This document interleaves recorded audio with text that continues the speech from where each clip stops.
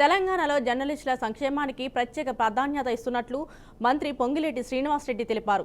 ముఖ్యమంత్రి రేవంత్ రెడ్డి నేతృత్వంలోని ప్రభుత్వం అర్హులైన జర్నలిస్టులకు అగ్రిడేషన్ కార్డులు, ఆరోగ్య బీమా, జీత భత్యాలు, అవార్డుల పునరుద్ధరణపై దృష్టి సారించిందన్నారు. అంబేద్కర్ సచివాలయంలో నిర్వహించిన సమీక్షలో హైపవర్ కమిటీ పునరుద్ధరణ, వెబ్సైట్ ఏర్పాటు తదితర అంశాలపై నిర్ణయాలు తీసుకున్నట్లు వెల్లడించారు.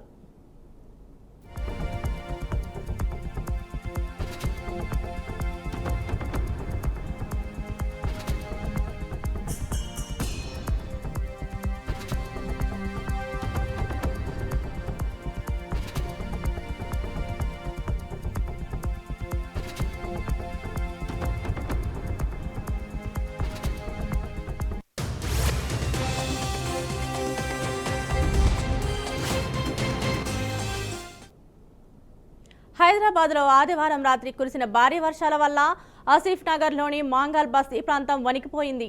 వరద నీటిలో 2 వ్యక్తులు కొట్టుకుపోవడంతో స్థానికులు ఆందోళన ఏర్పడింది. దీంతో జిల్లా కలెక్టర్ హరిచందన, హైడ్రా కమిషనర్ రంగనాథ్ తక్షణమే మాంగల్ బస్తీని సందర్శించారు. హైదరాబాద్లో అనేక నాలాలు అడ్డుపడడంతో ఫ్లాష్ ఫ్లడ్స్ ఏర్పడుతున్నట్లు కమిషనర్ చెప్పారు. మాంగల్ బస్తీ ప్రాంతంలో 145 ఇళ్లు నాలాకు అడ్డుగా ఉన్నాయని కలెక్టర్ అన్నారు. వీటిని ప్రభుత్వం నిర్మించే ఇందిరమ్మ ఇళ్లకు తరలించాలని హామీ ఇచ్చారు. నాలాలకు అడ్డుగా ఉన్న ఇళ్లను తొలగించి సమస్యను పరిష్కరించనున్నట్లు రంగనాథ్ తెలిపారు. చాలా చోట్ల 5 to 12 సెంటీమీటర్స్ దాకా మనకి ఈ వర్షం రావడంతో చాలా ప్రాంతాల్లో మనకి సీరియస్ వాటర్ లాగింగ్ ఇష్యూస్ రావడం జరిగింది. సో మీకు తెలుసు, హైదరాబాద్లో చాలా నాలాలు కూడా కబ్జా అయి ఉన్నాయి. సో ఈ క్రమంలో అంటే దాదాపుగా చాలా ప్రాంతాల్లో కూడా ఈ ఇనండేషన్ ఇష్యూస్ అనేది కూడా రిపోర్ట్ అయినాయి. సరే, చాలా చోట్ల పెద్ద సమస్య లేకుండా నీళ్లు సజావుగా వెళ్ళిపోయినాయి. బట్ ఇక్కడ ఈ అఫ్జల్ సాగర్ ఈ ప్రాంతం, ఇది ఏదైతే కనుక ఇక్కడ మనం ఆసిఫ్ నగర్ దగ్గర ఉన్నటువంటి అఫ్జల్ సాగర్ హబీబ్ నగర్ పోలీస్ స్టేషన్ పరిధిలో ఉంటుంది. సో ఇక్కడ నిన్న రాత్రి ఏదైతే కనుక ఈ వాటర్ వస్తున్నప్పుడు, ఈ నాలాస్లో వాటర్ వస్తున్నప్పుడు అక్కడ ఉన్నటువంటి ఎవరైతే నివాసితులు ఉన్నారో వారి మంచం ఒకటి అక్కడ దాంట్లో నీళ్ళలో పడితే దాన్ని తీసుకోవడానికి ఒకడు వెళ్ళటంతో ఆ నీళ్లు ఉధృతతో కొట్టుకుపోయినాడు. దీన్ని అతన్ని సేవ్ చేయడానికి వాళ్ళకి సంబంధికుడు ఇద్దరు కూడా చిన్నవాళ్లే, దాదాపు 25-26 ఏళ్ళ ఒకతను, ఇంకొకడు 30 సంవత్సరాల లోపలే ఉంటారు. ఇద్దరు కూడా 4 పిల్లలు ఉన్నారు. వాళ్ళది చూస్తే మనకి చాలా బాధాకరమైన విషయం. మొన్న రీసెంట్గా కూడా అమ్మాయికి డెలివరీ అయింది. సో చిన్న పిల్లలు ఉన్నారు. దీనికి అంటే మనం ఇక్కడ అర్థం చేసుకుంది ఏంటంటే, వీళ్ళందరూ కూడా నాళ్ళల్లో కట్టారు. బట్ ప్రధానంగా ఒక దగ్గర సమస్య చాలా తీవ్రంగా ఉంది. అంటే ఒక బిల్డింగ్ దగ్గరగా రాగానే మొత్తం వాటర్ ఫ్లో చాలా స్లో అవుతుంది. అది మొత్తం ఎందుకంటే కరెక్ట్గా నాలాలో కట్టేశారు. కట్టడంతో వాటర్ స్పీడ్గా వచ్చిన వాటర్ అక్కడ రైట్ యాంగిల్స్ అంటే 90 degreesలో తిరగాల్సిన పరిస్థితి వస్తుంది. అక్కడ స్లో అవడంతో మొత్తం వెనకాల ఉన్నటువంటి ప్రాంతం అంతా కూడా లెవెల్ పెరుగుతుంది. అంటే మునిగేటటువంటి లెవెల్ ఇంకా హైట్. ములుగు జిల్లా ఇంచర్ల ఎర్రిగట్టమ వద్ద ఆయిల్ ఫామ్ పరిశ్రమ నిర్మాణం కోసం భూములు ఇచ్చిన రైతులతో మంత్రి సీతక్క సమావేశమయ్యారు. వైఎస్ రాజశేఖర రెడ్డి ముఖ్యమంత్రిగా ఉన్న సమయంలో ఇంచర్ల ఎర్రిగట్టమ వద్ద కొంతమంది రైతులకు భూమి ఇచ్చారని గుర్తు చేశారు.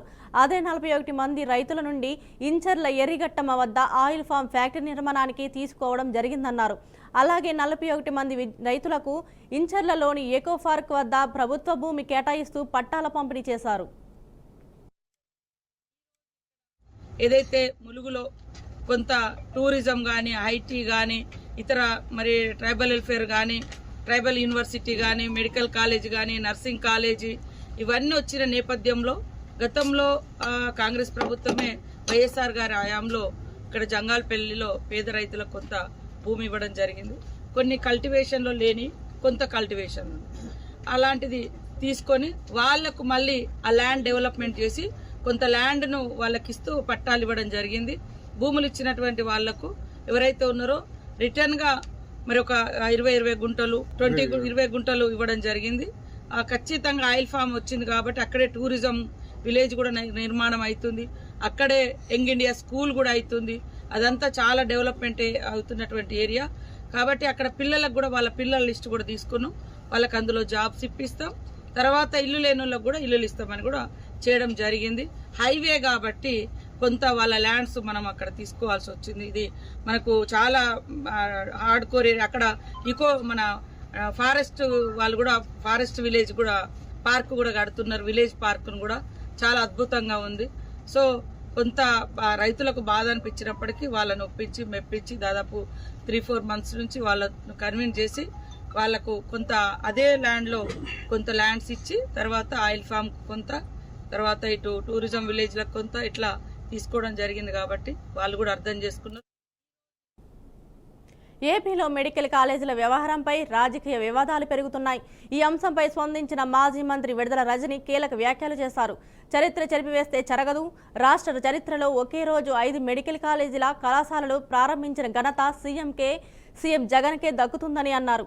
8,500 కోట్ల రూపాయలతో 17 కళాశాలల నిర్మాణ ప్రణాళికలు ఉన్నాయని, పేదలకు విద్య, వైద్యం అందించడమే లక్ష్యమన్నారు.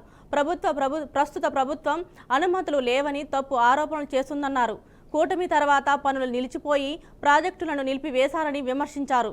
ఫస్ట్ ఫేజ్లో 5 కళాశాలల తరగతులు ప్రారంభమయ్యాయని, మరిన్ని కళాశాలలు త్వరగా పూర్తి కావాలని కోరారు.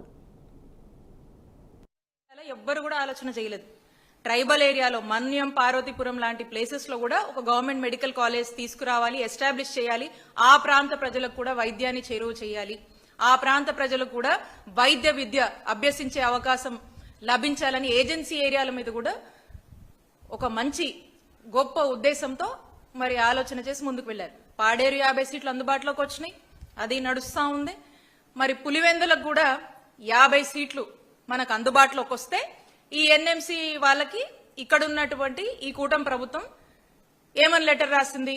వద్దు, మాకొద్దు అని చెప్పేసి విత్డ్రావల్ లెటర్, అంటే ఇది క్యాన్సిల్ చేయండి అని చెప్పేసి లెటర్ రాసినటువంటి దుస్సాహసం ఈ కూటమి ప్రభుత్వం చేస్తుంది.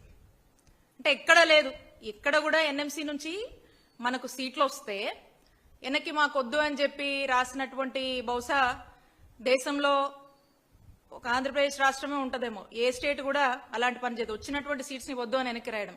పులివెందల్ని ఎందుకు మా నాయకుడు జగన్మోహన్ రెడ్డి గారి మీదనో, వైఎస్ఆర్ గారి మీద, ఆ కుటుంబం మీద ఉన్నటువంటి కోపాన్ని, ఆ కక్షని అక్కడున్నటువంటి ప్రజల మీద ఎందుకు చంద్రబాబు నాయుడు గారు కానీ, ఈ కూటమి ప్రభుత్వం కానీ ఎందుకు వాళ్ళ మీద ఉన్నటువంటి కక్షని ప్రజలకు ఇలాంటి వైద్య సేవల్ని, ఇలాంటి చక్కటి వైద్య విద్యని దూరం చేసేటువంటి ఒక దుస్సాహసాన్ని, మరి పులివెందుల మెడికల్ కాలేజ్లో వచ్చినటువంటి సీట్స్ ని వద్దు అని లెటర్ వెనక్కి రాసిందంటేనే వాళ్ళకు ఉన్నటువంటి కక్ష స్పష్టంగా మనకు అర్థమవుతా ఉంది. మాజీ మంత్రి డొక్కా మాణిక్య వరప్రసాద్ నోరు అదుపులో పెట్టుకోవాలని తాడికొండ వైసీపీ ఇన్ఛార్జ్ డైమండ్ బాబు హెచ్చరించారు. జగన్ సజ్జలపై ప్రెస్ మీట్లు పెట్టి విమర్శించడం డొక్కాకు అలవాటైపోయిందని మండిపడ్డారు. టీడీపీలో ఉంటూ ఆ పార్టీ కార్యక్రమాల్లో కనిపించకపోవడం అందరికీ బాగా తెలుసన్నారు. గతంలో వైసీపీలో చంద్రబాబును, ఇప్పుడు టీడీపీలో జగన్ను తిట్టే ధోరణి అతని కోవట్టు పాత్రను బయటపెడుతోందని వ్యాఖ్యానించారు. అధినాయకులపై అవాక్కులు పేలిస్తే ఊరుకోబమని హెచ్చరించారు. ప్రసాద్ గారిని నేను సూటిగా ఒక ప్రశ్న అడుగుతా ఉన్నా. నేను తాడికొండ నియోజకవర్గంతో నీకు సంబంధం ఏంటి? రాజధానితో మీకు సంబంధం ఏంటి? ఆ తర్వాత వైఎస్ఆర్ కాంగ్రెస్ పార్టీలోకి వచ్చారు మీరు. దాంట్లోకి వచ్చే ముందు తెలుగుదేశంలోకి వెళ్ళారు. తెలుగుదేశంలోకి వెళ్ళి చంద్రబాబు నాయుడు గారు పచ్చి మోసగాడు, నన్ను మోసం చేశాడు, నన్ను ఇబ్బంది పెట్టాడు అని చెప్పి ఆయన తిట్టారు, మాట్లాడారు. ఇవాళ మళ్ళా తెలుగుదేశం ప్రభుత్వంలోకి వెళ్ళి జగన్మోహన్ రెడ్డి గారు మొండోడు, మూర్ఖుడు, సజ్జల రామకృష్ణారెడ్డి గారు అట్లా ఇట్లా అని చెప్పి నువ్వు మాట్లాడుతూ ఉన్నావు. అసలు నీ క్యారెక్టర్ ఏంటి? నీ క్రెడిబిలిటీ ఏంటి? నువ్వు 2 సార్లు ఎమ్మెల్యే చేసావు, ఒకసారి మంత్రి చేసావు. ఆ మాత్రం ఇంగిత జ్ఞానం లేదా మనం మాట్లాడేటప్పుడు? సజ్జల రామకృష్ణారెడ్డి గారు మాట్లాడుతుంది రాజధాని మీద. నువ్వు చేత అయితే నీకు తెలుగుదేశం పార్టీ ఆఫీస్ కేంద్ర కార్యాలయంలో పోయి కూర్చో. నువ్వెక్కడో ఇంట్లో కూర్చొని, ఎక్కడో కూర్చొని రోజు ఇదొక పనిలాగా పెట్టుకొని వైఎస్ఆర్ కాంగ్రెస్ పార్టీ నాయకులను తిట్టటే పనిగా పెట్టుకొని, ఆ రోజు వైఎస్ఆర్ కాంగ్రెస్ పార్టీలో ఉన్నప్పుడు తెలుగుదేశం పార్టీ నాయకులను తిట్టడంగా పెట్టుకొని నువ్వు ఈ విధంగా మాట్లాడుతూ ఉంటే.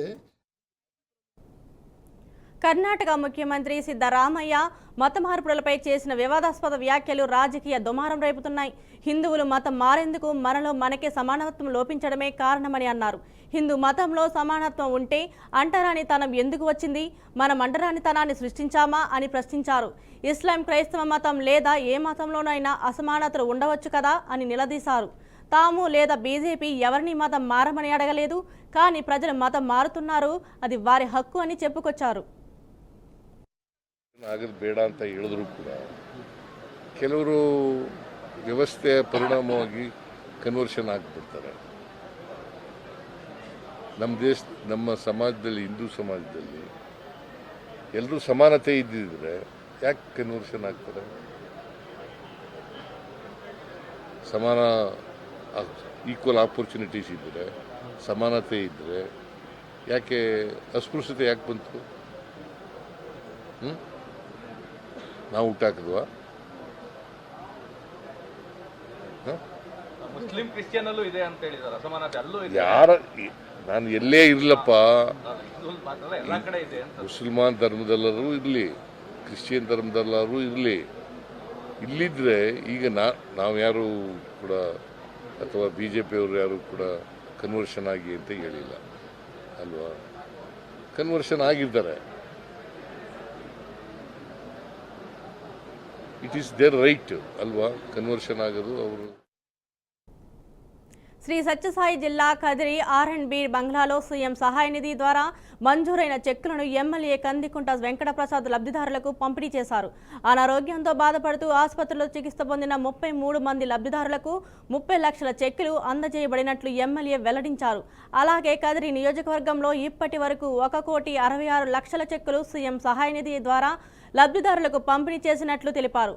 అనారోగ్యంతో బాధపడుతున్న పేద ప్రజలకు రాష్ట్ర ప్రభుత్వం ఎప్పటికప్పుడు అండగా ఉంటుందని ఎమ్మెల్యే అన్నారు. అర్హులైన ప్రతి ఒక్కరికి సహాయం అందేలా చర్యలు తీసుకుంటామని అన్నారు. దాదాపు 30 మంది పైన అనారోగ్యానికి బారిన పడి ఆసుపత్రి బిల్లులు పెట్టుకొని ఆర్థికంగా ఇబ్బంది పడుతున్నటువంటి వాళ్ళకి ముఖ్యమంత్రి సహాయ నిధి ద్వారా గౌరవ ముఖ్యమంత్రి చంద్రబాబు నాయుడు గారు 30 లక్షల పైచీలకు మంజూరు చేయడం జరిగింది. దీనికి నియోజకవర్గ ప్రజలందరి తరఫున ముఖ్యమంత్రి గారికి ధన్యవాదాలు చెబుతాం. ఇప్పటిదాకా మన నియోజకవర్గంలో 1,66 లక్షల పైచీలకు డబ్బులు మంజూరు చేయడం జరిగింది ఈ 15 నెలల కాలంలో.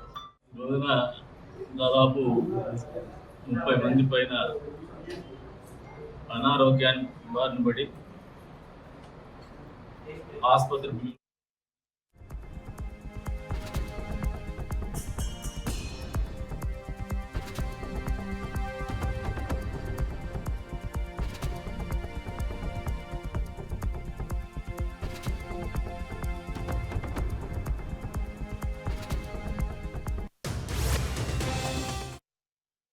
రాజన్న సిరిసిల్ల జిల్లాలో దారుణ ఘటన చోటు చేసుకుంది. అజ్మీరా విఠల్ అనే వృద్ధుడు సిరిసిల్ల కలెక్టర్ కార్యాలయంలో గడ్డి మందు తాగి ఆత్మహత్య ప్రయత్నానికి పాల్పడ్డాడు. గమనించిన అధికారులు అతని చేతిలో నుండి గడ్డి మందు డబ్బాను లాక్కొని హుటాహుటిన ప్రభుత్వ ఆసుపత్రికి తరలించారు. కొడుకు కోడలు ఇబ్బంది పెడుతున్నారని, పోషించడం లేదని ఆవేదన వ్యక్తం చేశారు. అధికారులకు ఎంత చెప్పినా ఏ అధికారి పట్టించుకోవట్లేదని ఆరోపించాడు. అధికారులు తక్షణమే స్పందించి సమస్యకు పరిష్కారం చూపాలని కోరారు.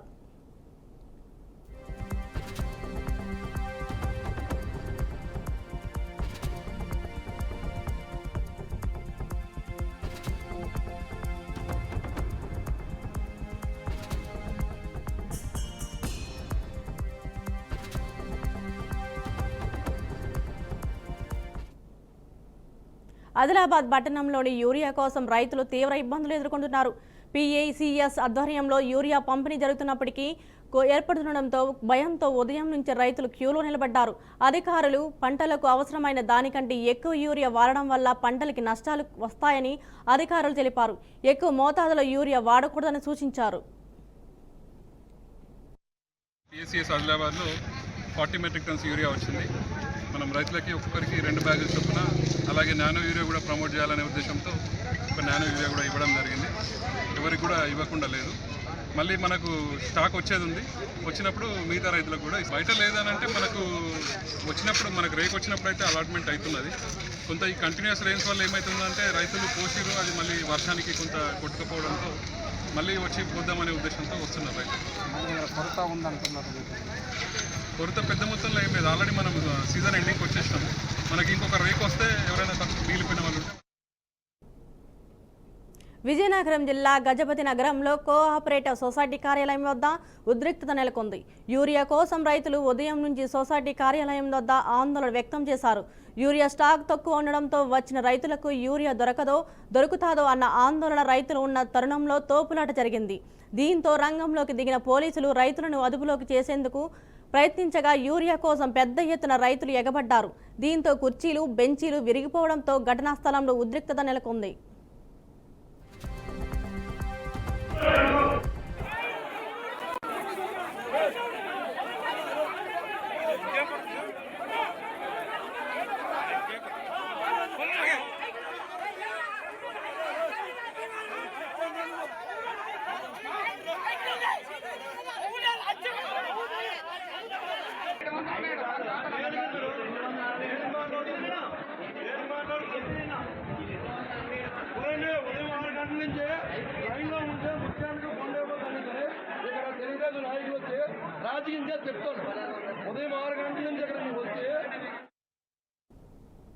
రాష్ట్ర ఏఐటీయూసీ పిలుపు మేరకు నంద్యాల జిల్లా డోన్ నియోజకవర్గంలో ఆటో కార్మికులు స్థానిక బస్టాండ్ వద్ద నిరసన తెలిపారు.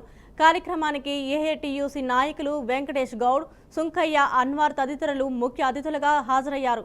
మహిళలకు ఉచిత బస్సు ప్రయాణం అందుబాటులోకి రావడం వల్ల ఆటో కార్మికులకు ఆదాయ వనరుల తగ్గిపోవడంతో జీవన ఆధారం కష్టంగా మారిందన్నారు.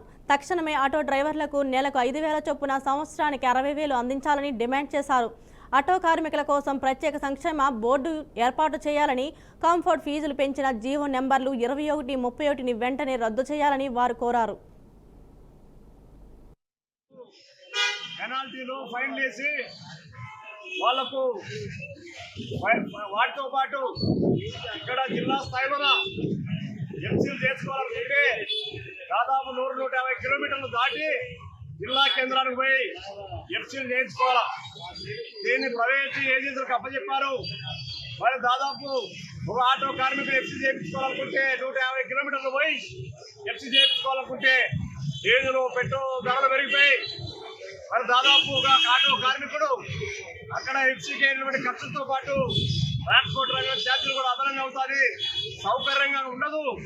దాన్ని కూడా లోకల్ ఉన్నటువంటి బ్రేక్ ఇన్స్పెక్టర్లు చేయాలని చెప్పేసి ఈ సందర్భంగా డిమాండ్ చేస్తా ఉన్నాం. మరి ఫైన్ వేసినటువంటి జీవో నెంబర్ 21-31ని తక్షణమే రద్దు చేయాలని చెప్పేసి డిమాండ్ చేస్తా ఉన్నాం. ఇటీవలే రాష్ట్ర ప్రభుత్వం మహిళలకు ఉచిత బస్సు సౌకర్యాన్ని కల్పించింది. మాకేమది అభ్యంతరం లేదు.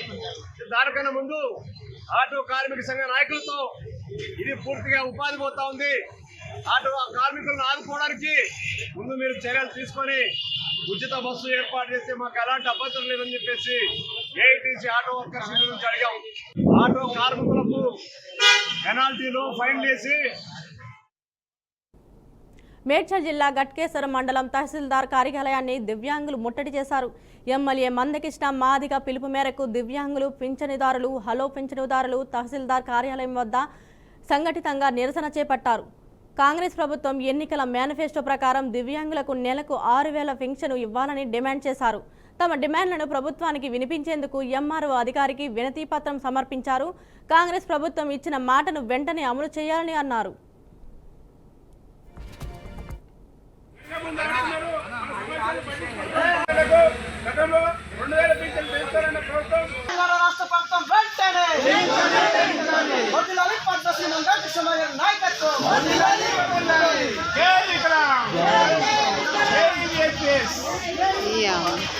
ఫోన్ చేసి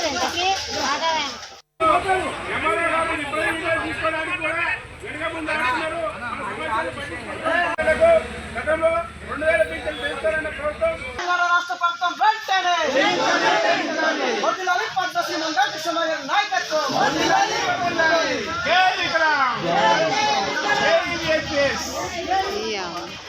ఫోన్ చేసి